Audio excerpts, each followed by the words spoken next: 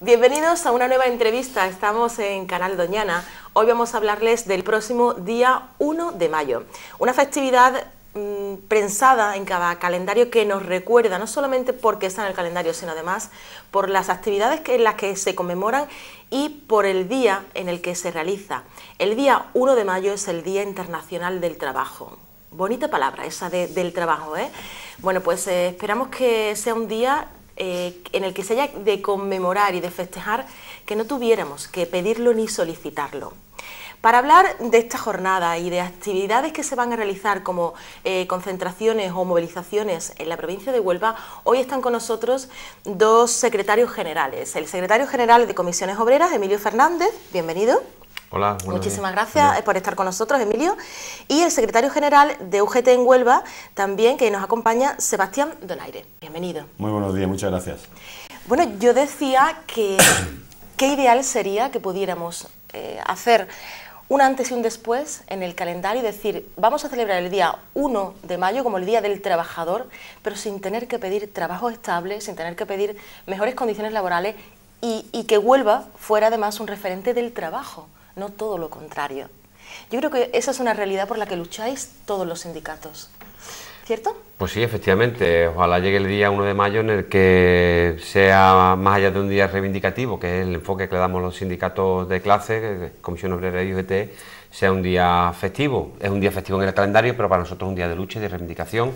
Y fundamentalmente lo que usted ha planteado, empleo de calidad, empleo estable, fijo, indefinido, de calidad, sindicalizado, bien remunerado, en el que no haya una brecha salarial entre mujeres y hombres.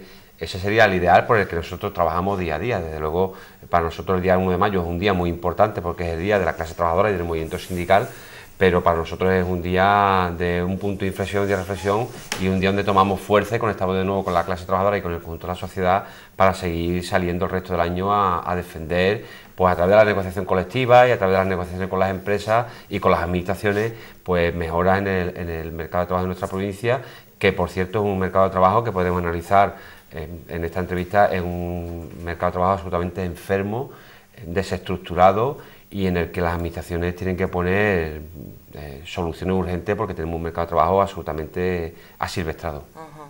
Me parece muy interesante que los sindicatos os unáis, aunque tengáis siglas distintas, os unáis para actividades como esta, para reclamar lo que es nuestro, los derechos. No es el primer año que así sucede, ¿verdad? Tanto UGT como Comisiones Obreras ya han realizado distintas movilizaciones a nivel provincial juntos. Sí, yo creo que al final, lo hemos dicho siempre, la unidad de acción es un valor de los trabajadores. Yo creo que al final, aunque internamente podamos tener diferentes puntos de vista en muchas cuestiones, pero en lo fundamental estamos de acuerdo, que es defender a los trabajadores y buscarles mejores derechos. Y lo decía Emilio, el día 1 es un día festivo, el Día Internacional del Trabajo, pero yo creo que en Huelva es el Día Internacional del Trabajo Precario. En Huelva tenemos un problema de hace ya mucho tiempo, es un mal endémico que desgraciadamente los políticos de Huelva, del color que sean, no han sabido defender ni poner a Huelva en el sitio que se merece. Y los datos yo creo de que nos avalan. Huelva, más del 98% de los contratos son contratos precarios, más del 40% de los desempleados no cobran ninguna prestación, más del 50% de los jóvenes están desempleados, el salario mínimo de los jóvenes no llega al salario mínimo interprofesional, la brecha salarial entre hombres y mujeres es de más del 36%, la diferencia de salario entre una mujer y un hombre es más de 6.000 euros al año. Yo pongo un ejemplo que es muy fácil y se entiende muy bien. En una vida laboral de 35 años de una mujer y un hombre, la mujer cobraría en torno a 200.000 euros menos. Yo creo que eso tenemos que pelearlo, ¿no? En el momento que vivimos, en el siglo XXI, en un país desarrollado, en la clase política, yo entiendo, y la culpa, lo he dicho muchas veces, ha habido gobiernos de todos los colores, gobiernos de izquierda, de derecha. Es verdad que el gobierno del Partido Popular en los últimos 5 años creo que es un gobierno indolente y no se atreve a mirar a la cara del ciudadano del padecimiento permanente que está sufriendo con las políticas neoliberales del Partido Popular. No se puede rescatar a la banca y no rescatar a las personas. En Huelva, más del 30% de la población está en riesgo de pobreza, más del 20% de los hogares sufren pobreza energética. Nuestros jóvenes, los mejores formados de la historia de España, se tienen que ir fuera de España. Eso al final, estamos invirtiendo en un valor que al final se aprovechan otros países de ellos. Formamos a los jóvenes con lo que cuesta formar a un joven a nivel universitario, pero al final se aprovecha Alemania, Inglaterra, Francia, Holanda, de ese valor tan importante como es la juventud. Y yo creo que eso tenemos que revertirlo, y el de 1 de mayo tiene que ser un día festivo, pero un día reivindicativo. Y es verdad, la gente tiene que salir a la calle. En los últimos años, por desafección o porque ha habido intereses socios del gobierno del Partido Popular que nos han intentado pues desprestigiar a través de los medios de comunicación, decir que somos unos parásitos y el sindicato está anticuado, está rancio. Yo creo que el movimiento sindical hoy tiene más valor que nunca y tiene que defender y seguir defendiendo a los trabajadores. Y es verdad que también el trabajador ha perdido fuerza de movilización por el miedo a perder su puesto de trabajo. La gente no se mueve ya. Efectivamente. Represalias laborales. Cuesta mucho que un trabajador se mueva porque encima que el trabajo es precario, está mal remunerado, las condiciones son inaceptables. El trabajador tiene miedo a perder esas malas condiciones laborales, prefiere trabajar en malas condiciones que estar desempleado en casa, con lo cual eso tenemos que revertirlo. Vosotros dos, que sois secretarios generales de las dos, de los dos sindicatos, UGT y Comisiones Obreras, en estos últimos años habéis notado que justamente lo que me comentaba Sebastián, el trabajador tiene miedo a la hora de enfrentarse a los jefes, de pedir lo que es suyo laboralmente. Sí, el trabajador tiene mucho miedo en las empresas porque sabe que tras la reforma laboral es muy fácil, muy rápido y muy barato echar a un trabajador. La reforma laboral ha abaratado de manera escandalosa el despido de un trabajador, lo ha hecho muy fácil.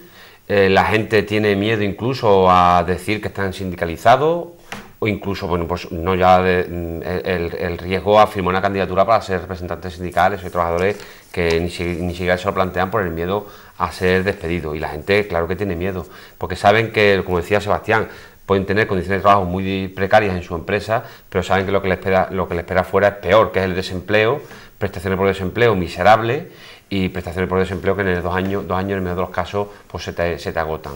Y lo que encuentran fuera es peor de lo que tienen posiblemente. Entonces la gente tiene miedo a reivindicar, y de hecho se ve en un dato muy elocuente, la siniestralidad laboral.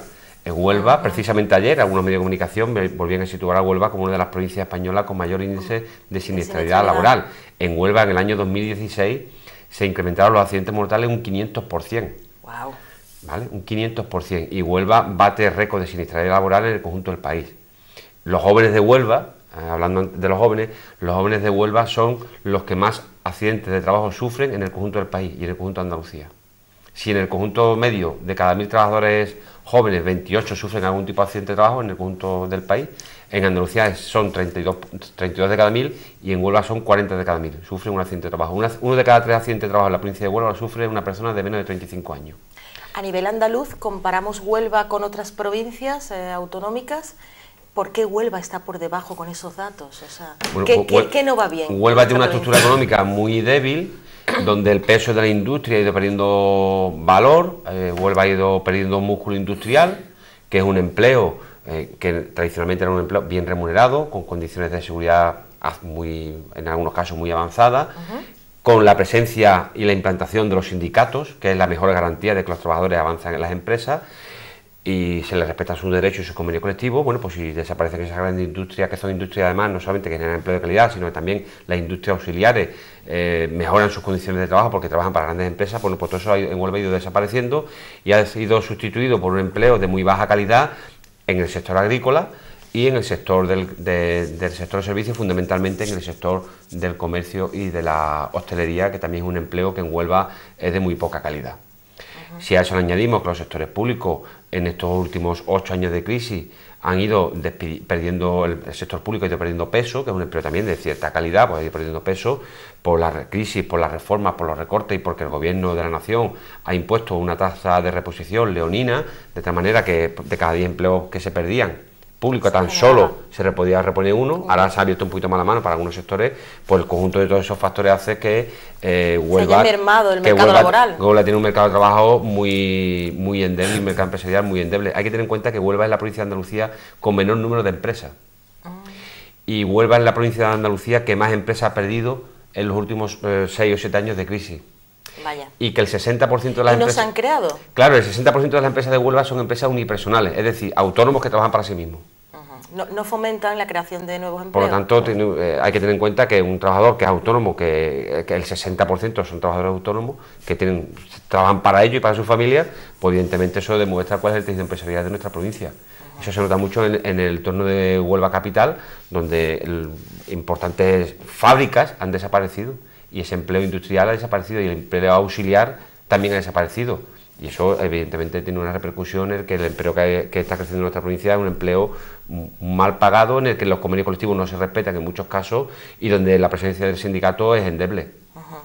Hablamos de una sociedad en Huelva que está, bueno, que es muy desigual, ya lo comentaba también el compañero en cuanto a, bueno, a abonos a hombres y mujeres, hay grandes diferencias, no se alcanzan contratos estables para la seguridad, ¿no?, de los trabajadores, y todo eso, de una forma, vamos a empoderarnos cada uno y vamos a decir cómo podríamos cada uno de nosotros cambiar esto.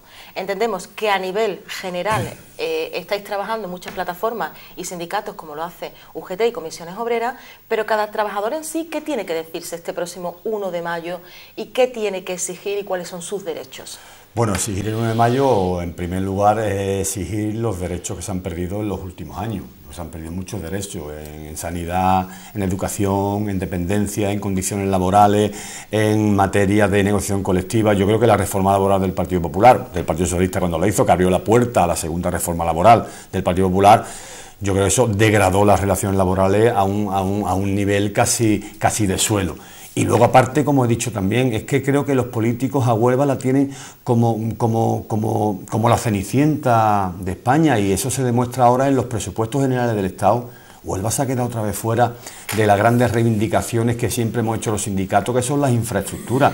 Una provincia con malas infraestructuras no es una provincia atractiva para nuevas inversiones. Es que la inversión media de un ciudadano del territorio español es de 1.300 euros y en Huelva es 300. Es que el déficit de inversiones en Huelva en los últimos 15 años es de más de 1.000 millones de euros. Seguimos hablando del desdoble de la 435, línea férrea Huelva-Zafra, línea de alta velocidad, que otra vez se quedan fuera de los presupuestos. Otra vez el gobierno ha mirado hacia otro lado, y es que nos rebelamos ante eso porque, por suerte, tendría que ser por suerte, tenemos en el Consejo de Ministros una ministra que es de Huelva, que es Fátima Báñez, una ministra que está repitiendo en el gobierno y que al final viene a Huelva a lucirse y en honor de multitudes, pero al final no están resolviendo el problema de Huelva. Es lo que decía Emilio, Huelva perdió mucho músculo industrial en los últimos años, porque es verdad, porque hay empresas que por obsolescencia, porque no les interesa al empresario, se han ido de Huelva. Con lo cual, al perder músculo industrial, perdemos empleo de calidad. Y es verdad que nosotros queremos industria compatible con el medio ambiente, y hay proyectos interesantes, como lo está defendiendo el Ayuntamiento de Huelva, que es el proyecto Tesla, de la empresa esta americana de construcción de vehículos eléctricos, que bueno, que parece ser que se interesó por Huelva, y esperemos que sea atractivo para el inversor. Esto es una empresa que puede crear en torno a 2.000 puestos de trabajo. Pero el problema es, ¿le interesa al empresario con las vías de comunicación precarias que tiene Huelva venir a Huelva? El empresario lo que quiere es poner su producto lo más rápidamente en el mercado y que su materia prima llegue a su fábrica en las mejores condiciones y lo antes posible, porque al final es un valor añadido, eso es rentabilidad para la empresa. Pero Huelva sigue estando con sectores como en la minería, que está resurgiendo, pero seguimos con unas vías de comunicación que están colapsadas, que es la 435, donde está saturada por grandes camiones transportando mineral, que lo que hace es bloquear la propia vía, deteriorarla, no hay inversión, nuevas inversiones. Con lo cual yo creo que las empresas se piensan mucho venir a Huelva, pero tenemos que seguir reivindicando la industria en Huelva y tenemos que seguir reivindicando y hacerle ver al gobierno que tiene que cambiar las políticas que está practicándole a la ciudadanía con un sufrimiento permanente. Es muy lastimoso que un padre llegue a casa y no tenga que darle de comer a sus hijos. Y es muy lastimoso que un padre llegue a casa y no tenga para terminar el mes con el salario. Porque es verdad, esta crisis lo que ha provocado que aun trabajando, hay trabajadores pobres que no llegan a final de mes, porque el salario no le llega para cubrir las mínimas necesidades básicas. Son muy elevados y estamos exigiendo que el salario mínimo en esta legislatura suba a 1.000 euros. Para que pueda establecer... Actualmente, ¿cómo está el salario mínimo? 709 euros, si no recuerdo más. 708 a 709 euros. Tuvo una subida importante del 8%. Pero llevamos años de retraso. Claro, pero años de retraso. Debería de haber ido subiendo progresivamente. Progresivamente. Claro, hay que tener en cuenta que nosotros planteamos que el salario mínimo interprofesional en España tendría que ser el 60% del salario medio europeo o el salario medio español. Por lo tanto, estamos muy lejanos a ese salario medio europeo. Hay que tener en cuenta que estamos en 709 euros, 708 euros, no me acuerdo el dato exacto, pero claro, llevamos varios años de salario mínimo interprofesional. Salario mínimo interprofesional que se le aplica a muchísima gente en este país. A muchísima gente que trabajan por el salario mínimo interprofesional. En Huelva, los jóvenes de Huelva, en línea con lo que decía antes Sebastián, ni siquiera llegan al salario mínimo interprofesional, de salario medio. En Huelva el salario medio de un joven es 8.000 euros, 8.050 euros de limpio al año. Ni siquiera llega al salario mínimo interprofesional. Y 2 de cada 3 mujeres de nuestra provincia no llegan a cobrar el salario mínimo interprofesional. El 45% de las mujeres de la provincia de Huelva no subsisten mensualmente con un salario medio de 345 euros limpios, netos. ¿Creéis que va a ser una realidad que el salario mínimo interprofesional en Huelva pueda llegar a ser de 1.000 euros? Bueno, tendría que ser estatal. Estatal. A nivel nacional, es verdad, nosotros, Emilio y yo coincidimos prácticamente en muchas cosas porque al final defendemos lo mismo, en mejorar las condiciones de los trabajadores. Pero es verdad que yo creo que porque en las últimas elecciones el arco parlamentario, por suerte, es un arco parlamentario que la mayoría la ostentan partidos progresistas. Pero es verdad que creo que llegan a ser muy ombliguistas, llegan a mirarse mucho el ombligo sin darse cuenta que su división lo que hace es fortalecer a la derecha y al Partido Popular, porque es verdad, aunque se han ganado algunas proposiciones en el Congreso, pero el PP utiliza el veto, con lo cual al final no llegamos a ninguna. El tema de la LONCE, el tema de algunas circunstancias que se han aprobado, lo que es el Congreso, pero el Partido Popular las veta. Yo creo que hubiéramos tenido la ocasión de oro en las últimas elecciones de que se hubieran puesto de acuerdo para cambiar el gobierno y cambiar las políticas. Yo creo que se están dando cuenta de lo que hicieron, que ha provocado el seguir padeciendo el ciudadano el sufrimiento que lleva padeciendo los últimos años. Yo espero que en las próximas convocatorias electorales, y espero que el gobierno se dé cuenta con la presión de la oposición, que no puede hacer las políticas que hacía cuando tenía una mayoría absoluta abrumadora. Creo que ahora es el momento de negociar, es momento de salvar a las personas y salvar al ciudadano de la indigencia a la que están sometidos, porque al final, si no provocamos esa situación, al final el ciudadano, y siempre hablamos de Huelva, Huelva es una provincia que desgraciadamente tiene sectores muy potentes como es el turismo y como es el sector servicios, pero es que el turismo en Huelva es un turismo muy estacional, claro, 2-3 meses al año. Entonces al final crea mucho empleo, pero muy estacional. Pero cuando el turismo baja a partir de octubre, el desempleo se dispara porque pierde el 80% de los trabajadores que trabajan en las grandes cadenas hoteleras, pierden su empleo, son fijos discontinuos. Y son familias. Efectivamente, claro. O somos capaces, y también, como he dicho antes, la infraestructura es fundamental porque el turista hoy cada vez disfruta de menos días de vacaciones y lo que quiere llegar al destino lo antes posible. Pero Huelva está muy alejada, no ya en distancias kilométricas, sino muy alejada de las comunicaciones del siglo XXI. A Huelva cuesta llegar. No está bien conectada. Cuesta no llegar. Estamos bien conectados, sí es cierto. Cuesta llegar a Huelva. Y luego tenemos un sector potencial, que es el sector agrícola, ¿verdad? Con los verdes y con los frutos rojos, pero igualmente es un sector que el empleo es muy precario, los salarios son de muy mala calidad. Y eso no supone una creación de empleo estable, de calidad, bien remunerado, con lo cual tenemos dos potencialidades importantísimas, la agricultura y el turismo, pero que no se está aprovechando porque creemos que hay que darle un cambio de políticas gubernamentales a sacar Huelva del vagón de cola del tren y no del vagón de cola y en el último asiento. Yo creo que ya Huelva se merece despegar y se merece políticos con reaño y con garra que sean capaces de pelear por Huelva, donde hay que pelear, lo que es en Madrid, y que en los presupuestos generales de Estado estemos algún día. Emilio, nos comentábamos antes de empezar con esta entrevista, has tenido la ocasión de estar en las últimas votaciones. Cuéntanos, ¿cómo han transcurrido, cómo has visto este proceso de democracia también en nuestra provincia? Las últimas elecciones internas... Sí, del sindicato, ¿no? ¿Hablamos? ¿Hablamos del sindicato? Sí, hablamos del sindicato. Sí, bueno, pues fuimos al Congreso de la Unión Provincial de Comisiones Obreras de Huelva, que fue hace 1 mes y 2 días, y se decidió que yo siguiese siendo secretario general por el tercer mandato y último, según nuestros estatutos, que yo puedo dirigir la organización, y fue un debate bien sano en el que la gente pues hicimos un balance del trabajo. La mayoría lo valoró de manera positiva y la mayoría valoró de manera positiva que yo fuese un mandato más secretario general de Comisiones Obreras en Huelva, y por tanto en ese sentido satisfecho, claro. ¿Cuántos años llevas en el sindicato? En la dirección del sindicato llevo aproximadamente 6 años de secretario general, y me quedaría, pues este mandato, estaría en torno, si termino este mandato, sería en torno a los 10 años de secretario general. Sebastián, ¿y en tu caso cuántos años con el partido, con el sindicato? Bueno, yo me afilié en el año 86, en diciembre de este año hago 31 años de afiliado, no soy un mayor, voy para 54 años, empecé joven en el mundo sindical, y, hombre, en el sindicato he ocupado muchos cargos orgánicos. Yo fui secretario de organización de la Federación, ya no existe, FENCA, la Federación de Construcción, Madera y Afines. Luego hubo una fusión interna con la Federación del Metal, se creó la Federación de Metal, Construcción y Afines, fui secretario de organización. En el año 2000 estuve en la Ejecutiva Provincial de secretario de organización. Luego, en el año 2002, fui elegido secretario general de la Federación Provincial de Metal, Construcción y Afines, que lo ostenté hasta enero del año 2013.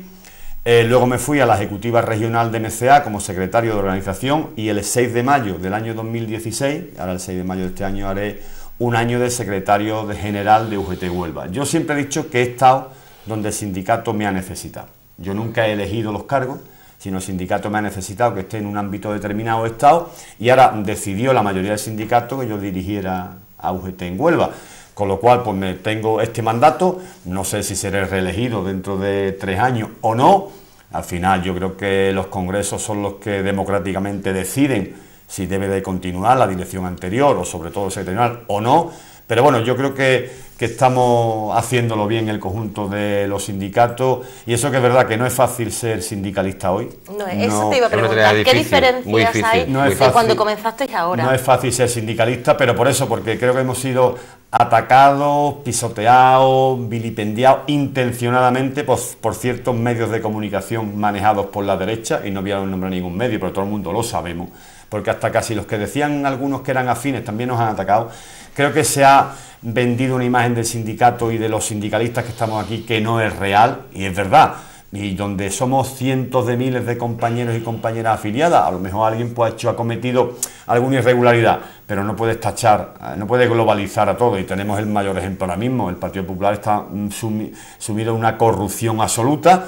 Por eso no hay que decir que todo el que esté afiliado al PP sea un corrupto, pero es verdad que la situación de ellos es totalmente diferente a nosotros, porque se está demostrando que todos los que intentaron aniquilarlos y quitarnos el mapa, ahora mismo se están dando cuenta y nos están dando la razón, que no era tanto lo que se vendía, sino fue muy intencionado, muy malintencionado, y lógicamente para crear y trasladarle a la sociedad que ya el sindicato era un sindicato rancio, que no servía, que nos tacharon de casta, muchos partidos nuevos nos tacharon de casta, hemos sufrido mucho, pero yo creo que aquí sigue el sindicato muy vivo, tanto comisiones como UGT, nos quedarán muchos años de vida, porque la única barrera y muro de contención que tiene el trabajo del ciudadano para que no lo agredan de la forma que están agrediéndolo son los sindicatos. Tenemos que seguir peleando por la gente, luchando por la gente, y lógicamente con la gente al lado. El sindicato es una herramienta que si no tiene al trabajador detrás no se puede utilizar. Yo pongo un ejemplo muy simple: un destornillador para aflojar un tornillo, o lo que es una persona para aflojarlo solo, no hace el trabajo que tiene que hacer. Pero el sindicato es la herramienta que tiene el trabajador para defender sus derechos, y aquí estamos y seguiremos defendiéndolo por mucho que nos quieran hundir y que nos quieran eliminar. Yo en línea con lo que plantea mi compañero Sebastián, mucha gente no sabe que las dos mayores organizaciones de este país son los dos sindicatos mayoritarios, Unión General de Trabajadores y Comisión Obrera. Somos las dos organizaciones más grandes de este país. Y hacemos una labor, ser sindicalista nunca ha sido fácil, pero hemos conocido una etapa en la que los trabajadores poco a poco avanzábamos cada año, muy lentamente, pero se avanzaba cada año, lo cual era satisfactorio para el sindicato y para la clase trabajadora, y sin embargo estamos viviendo unos años en los que se retrocede muy rápidamente. Aún así, los sindicatos hemos intentado al menos de dar la talla ante los problemas que se nos avecinaban, los ataques que hemos tenido del poder político, del poder mediático, del poder económico, y podemos decir con mediana satisfacción que nuestro trabajo lo intentamos hacer lo mejor posible en condiciones muy difíciles. Hay que tener en cuenta que Marcelino Camacho, el fundador de Comisión Obrera, decía que los sindicatos éramos las hermanitas pobres de la democracia, y es cierto, porque nosotros hacemos un trabajo, todos los sindicatos, no solamente los que estamos aquí presentes, muy anónimo, muy discreto en la mayor parte de los casos, en el que resolvemos los problemas a mucha gente, o al menos lo intentamos, a mucha gente todos los días, pero que es un trabajo que pasa casi desapercibido, y sin embargo somos absolutamente imprescindibles. La gente sabe, aunque no tenga afiliado al sindicato y aunque nos critiquen, que cuando tiene un problema la gente de manera instintiva acude al sindicato, sea UGT o sea Comisión Obrera, y la gente se presenta allí con un problema, y nosotros no ¿Son atendidos? Y nosotros lo primero que le preguntamos no es si están afiliados o no, sino que qué problema tiene y cómo le podemos ayudar.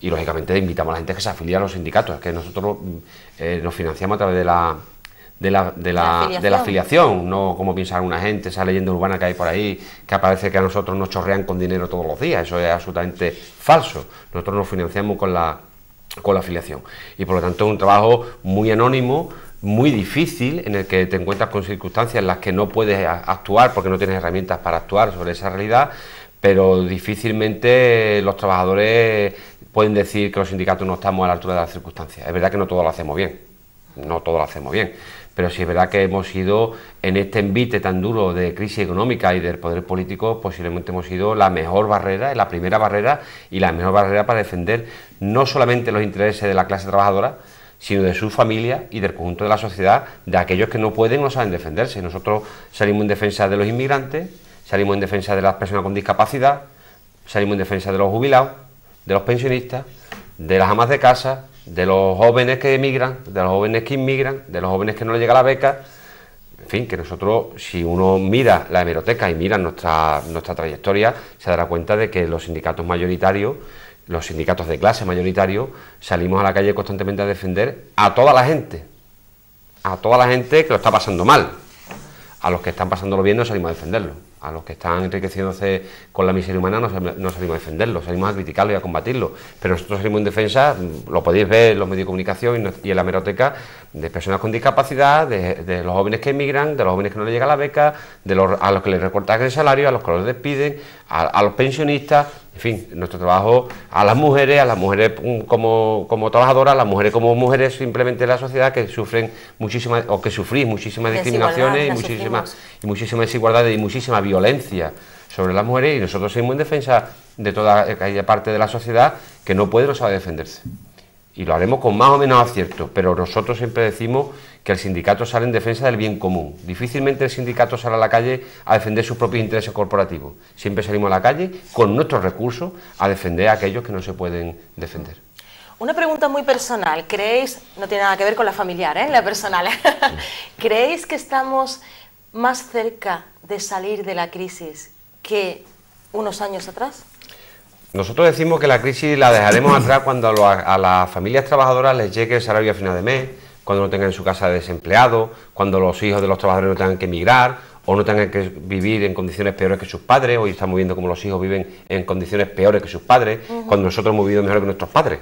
Lo lógico es que nuestros hijos vivan al menos como nosotros, y estamos viendo que eso no es así. Estamos viendo que muchos padres ven que sus hijos y sus hijas tienen que emigrar o son explotados en el mercado de trabajo, y por lo tanto para nosotros diremos que la recesión se habrá quedado atrás, pero la crisis no se va a quedar atrás hasta que nosotros nos veamos. Nuestro análisis es que hasta que los salarios no lleguen a las casas, a las familias trabajadoras, mientras que los trabajadores y sus familias no vivan dignamente, nosotros no podemos decir nunca que la crisis la hemos abandonado.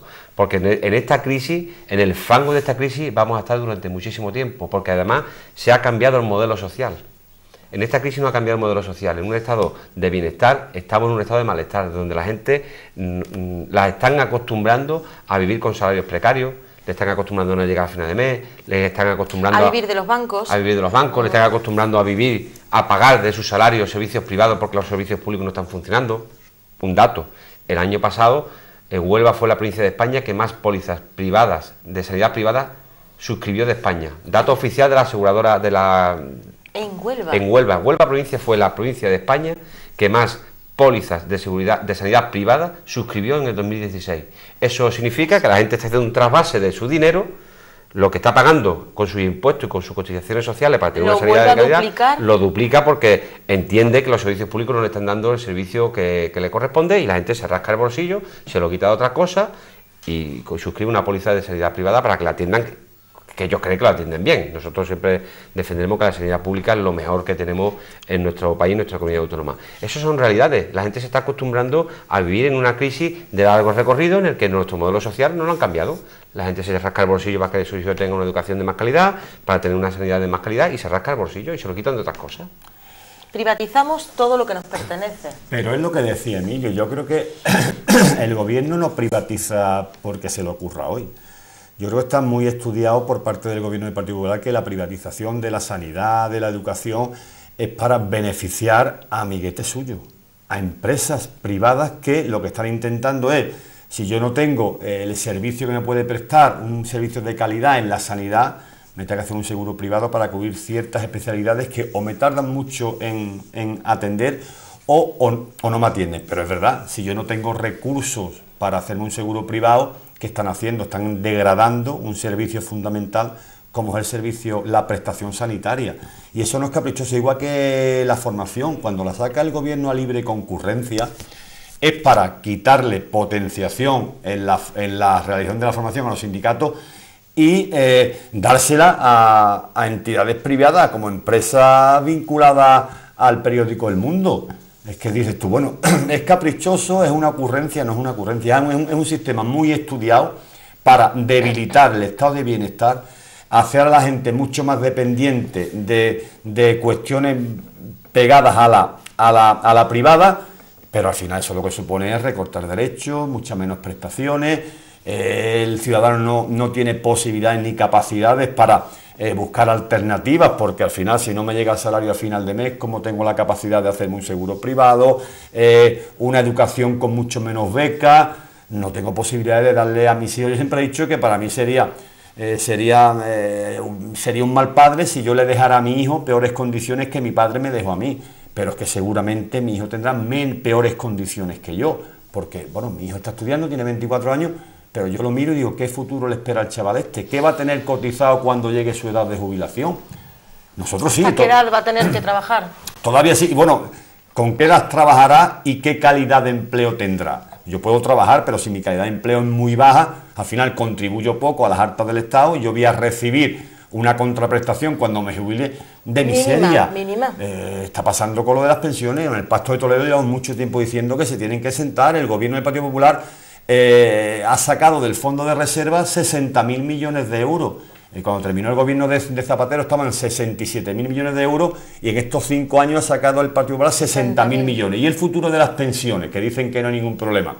Sí puede haber más trabajadores que hace 7 o 8 años, pero ¿qué calidad de empleo hay? ¿Qué aporto yo a las arcas del Estado por mi salario? Mucho menos que hace 7 o 8 años cuando el salario era mucho más digno, de mucha más calidad y mucho mejor remunerado. Con lo cual es un problema importantísimo que o nos sentamos todas las partes, empresarios, gobiernos, agentes sociales, para decir qué hacemos con el Pacto de Toledo, qué hacemos con las pensiones, o garantizamos los ingresos a la seguridad social, o es que no hay dinero para pensiones. Este año va a ser muy problemático terminar el año si no hay un fondo de reserva que garantice el pago de las pensiones, que no haya tensiones de tesorería en el gobierno o en la seguridad social para pagar las pensiones. Es que dicen que somos alarmistas, que al final no, que para las pensiones hay. Como sigamos así, vamos a tener un problema de tensiones de tesorería importantísimo que nos va a suponer situaciones de tensión con el cobro de las pensiones. Pero bueno, esperemos. Yo espero que el gobierno sea sensato, la oposición, los agentes sociales, nos sentemos con los empresarios y veamos una fórmula de financiación de las pensiones del futuro, que lo garanticemos para los próximos 25 años y que por lo menos el que cobra hoy la pensión, que la tiene medianamente garantizada, pero los que todavía tenemos una edad que nos quedan algunos años, yo me pienso, ¿qué será de mi pensión? ¿Qué te haces un seguro privado, un plan de pensiones, si al final no tengo capacidad económica para llegar a final de mes? ¿Cómo lo hago? Situaciones muy, muy complicadas que este gobierno lleva a este país. Y por cierto, en línea con lo que decía Sebastián de pensiones, en Huelva, la pensión media, fruto de los salarios más precarios que tiene la provincia de Huelva, la pensión media en Huelva es un 7% inferior a la media estatal. Y eso significa, que yo siempre pongo el mismo ejemplo, eso significa que aproximadamente un pensionista de Huelva cobra 900 euros menos al año que un pensionista medio español. Vaya. Y eso yo siempre pongo el mismo ejemplo. Eso es como todos los pensionistas tienen 12 pagas ordinarias más 2 extraordinarias, pues eso es como si los de Huelva tuviesen 12 pagas ordinarias y una extraordinaria. Es decir, como si cobrasen una paga menos. Una paga menos. Y eso es fruto del mercado de trabajo de nuestra provincia, que es más endeble que de otras provincias españolas, y eso... cobramos menos salario y cuando llegas a jubilado pues cobras tu pensión media es inferior a la media estatal. Y también en línea con lo que decía Sebastián, cuando hablábamos de que el modelo social, la crisis y las reformas que han introducido los distintos gobiernos han cambiado el modelo social de nuestro país, lo estamos viendo con las pensiones. Hay más cotizantes que antes y menos ingresos a la seguridad social. Eso es la explicación muy fácil. Está habiendo un reparto miserable del trabajo, donde antes había un trabajador que trabajaba 8 horas con un salario digno, pues ahora tenemos a 2 jóvenes que trabajan 4 horas o 3 jóvenes que trabajan 3 horas con un salario de miseria y que las cotizaciones que aportan a la seguridad social no son ni parecidas a las que aportaba ese trabajador que se ha amortizado que trabajaba 8 horas. Con lo cual tenemos más cotizantes, menos ingresos y se está consumiendo el fondo de reserva de la seguridad social. Dice la ministra, es que para eso estaba el fondo de reserva. No, el fondo de reserva no estaba para desangrar la seguridad social a base de cotizaciones de ínfima calidad. El fondo de reserva estaba para hacer frente a situaciones concretas de futuro, en una lucha de futuro, pero nadie, en el guión no estaba previsto que las políticas del Partido Popular desangrasen la seguridad social con cotizaciones de ínfima calidad. Eso no estaba en el guión. Y eso está ocurriendo. Emilio, Sebastián, por lo tanto, hemos hablado de muchos derechos perdidos, otros que están muy débiles, están enfermos, y por ellos hay que reivindicar el próximo 1 de mayo, que es el Día Internacional del Trabajo. No sé si vais a encabezar la manifestación de este próximo lunes con algún eslogan, alguna frase o... El eslogan general es a la calle, es el eslogan que nosotros hacemos a nivel estatal, a la calle, y venimos a defender por lo que venimos defendiendo en los últimos años: salarios dignos, pensiones viables y de futuro, servicios públicos de calidad, no a las privatizaciones, en fin, el discurso en el que los sindicatos, y por supuesto derogar la reforma laboral del Partido Popular y la del Partido Socialista, y en ese sentido es el discurso que nosotros venimos manifestando y reiterando de manera constante año tras año. Ese es el lema general, es a la calle. A la calle. A la calle. Y es lo que invitamos a la gente, a que nos acompañen a la Unión General de Trabajadores y a Comisión Obrera de Huelva, a que nos se manifiesten junto con nosotros en Huelva el día 1 de mayo a las 12 de la mañana desde la Plaza 12 de Octubre, sobran los motivos para manifestarnos a la calle un año más. El día 1 de mayo no es un día festivo, un día reivindicativo para la clase trabajadora, y en ese sentido animar a la gente a que se acerquen a los sindicatos mayoritarios, a que se afilien a los sindicatos mayoritarios y a que nos acompañen en la calle para exigir un cambio y un cambio en la política económica y social de este país.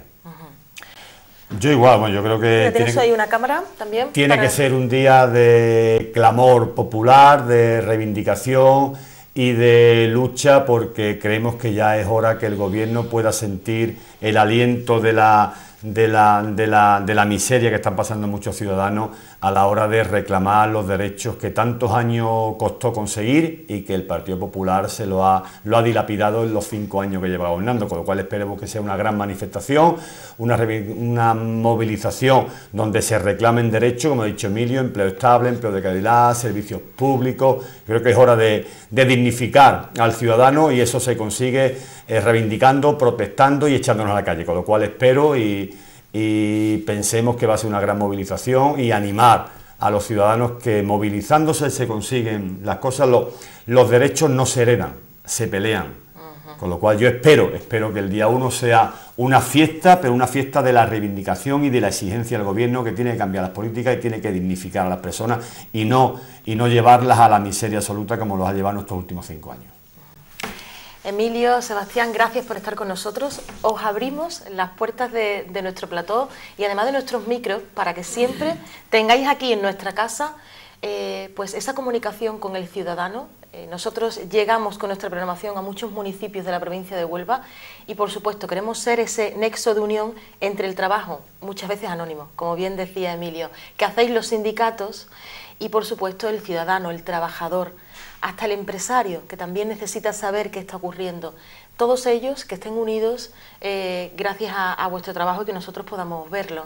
Así que la invitación está abierta, de que contéis con nuestra casa. Gracias por contar con nosotros un año más y nosotros ya a vuestra disposición, como siempre. Yo igual, muchas gracias y que contéis con nosotros cada vez que queráis, porque al final la voz de los medios de comunicación es nuestra voz y es la voz que le llega a todos los ciudadanos. Bueno, muchas gracias. Pues seguimos con más información. Hoy hemos hablado del trabajo y de la situación laboral de nuestra provincia de Huelva. Seguimos informándoles.